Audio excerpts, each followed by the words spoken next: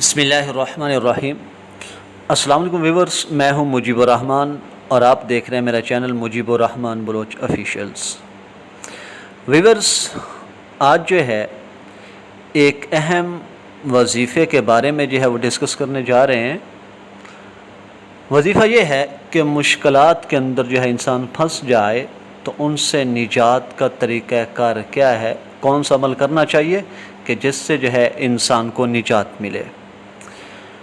آگے بڑھنے سے پہلے ویورز، اگر آپ نے میرے چینل کو ابھی تک سبسکرائب نہیں کیا تو ابھی اس کو سبسکرائب کریں، لائک اور شیئر بھی ضرور کریں اور کومنٹس کے اندر جو ہے اپنی رائے کا اظہار بھی ضرور کیجیے گا۔ تو آتے ہیں ویورز وظیفے کی طرف، کہ عام طور پر جو ہے آج کل کا جو زمانہ چل رہا ہے مشکلات سے بھرا ہوا زمانہ ہے، ہر آدمی پریشان ہے، مشکلات کے اندر گھرا ہوا ہے، تو ہر آدمی جو ہے مشکلات سے چھٹکارا چاہتا ہے۔ ویورز، دنیاوی زندگی میں انسان مختلف آزمائشوں اور تکالیف سے گزرتا ہے، لیکن ایک مومن کو ان تمام احوال میں اپنے رب کے فضل، اس کی عطا اور بخشش پر کامل اعتقاد اور اس کے وعدہ رحم و کرم پر کامل یقین رکھنا چاہیے۔ ہمہ وقت اس کے کرم اور اس کی رحمت کا امیدوار رہنا چاہیے۔ اللہ کی ذات سے بدگمانی یا اس کی رحمت سے مایوسی کسی مسلمان کے شان کے لائق نہیں، لہٰذا آپ ان حالات میں اللہ کی ذات پر اعتماد اور توکل کو جو ہے پختہ رکھیں، ان آزمائشوں کو رضا بالقضاء سمجھتے ہوئے اللہ کی ذات سے ان پر اجر و ثواب کی امید رکھیں۔ نمازوں کا اہتمام کریں اور اللہ تعالیٰ سے جو ہے اپنے احوال کی درستی مانگتے رہیے، اور جتنا ہو سکے استغفار کی کثرت رکھیں، اور جتنی استطاعت ہو، ہمت ہو، ساتھ میں صدقہ بھی جو ہے نکالتے رہیں۔ اور اس کے بعد جو ہے جو اہم وظیفہ ہے، ایک ایسا وظیفہ ہے کہ اس سے بڑھ کر دنیا کے اندر جو ہے کوئی بھی وظیفہ آپ کو نہیں ملے گا۔ یہ ایک ایسا وظیفہ ہے جو انبیاء کا وظیفہ ہے، ایسا وظیفہ ہے جو اولیاء کا وظیفہ ہے، صحابہ کا وظیفہ ہے، اولیاء اللہ کا وظیفہ ہے، صدیقین شہداء کا وظیفہ ہے۔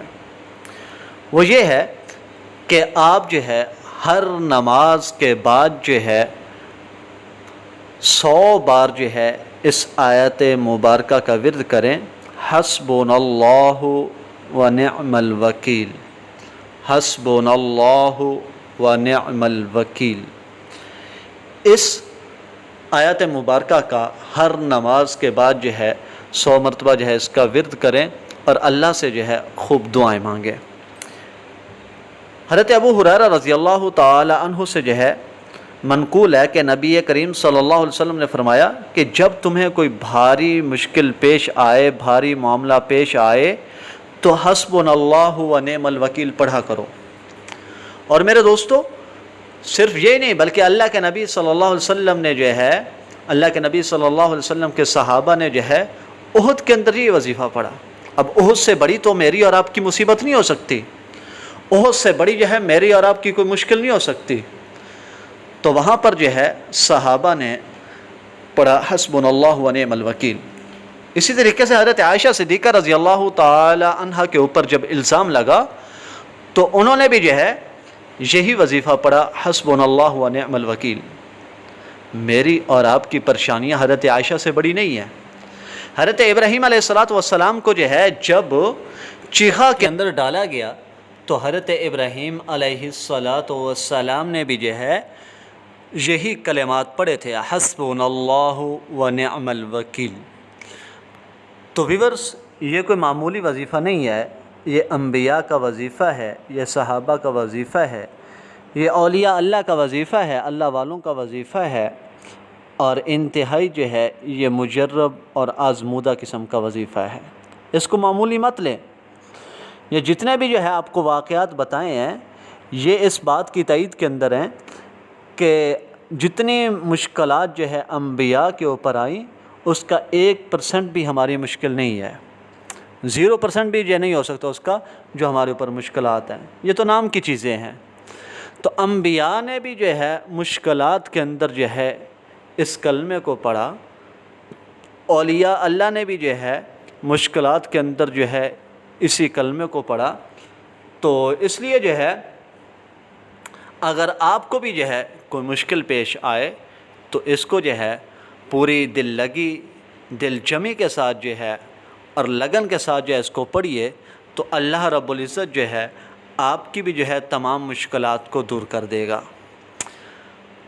اور کوشش کیجئے کہ باوضو رہا کریں، کیونکہ جو انسان باوضو رہتا ہے تو اللہ رب العزت جو ہے اللہ رب العزت کی وجہ سے بھی جو ہے اس کے اوپر رحمتیں نازل ہوتی ہیں۔ تو جتنے پختہ یقین کے ساتھ آپ اس کو پڑھیں گے، اللہ رب العزت جو ہے اتنی ہی آپ کے لیے آسانیاں پیدا کرے گا۔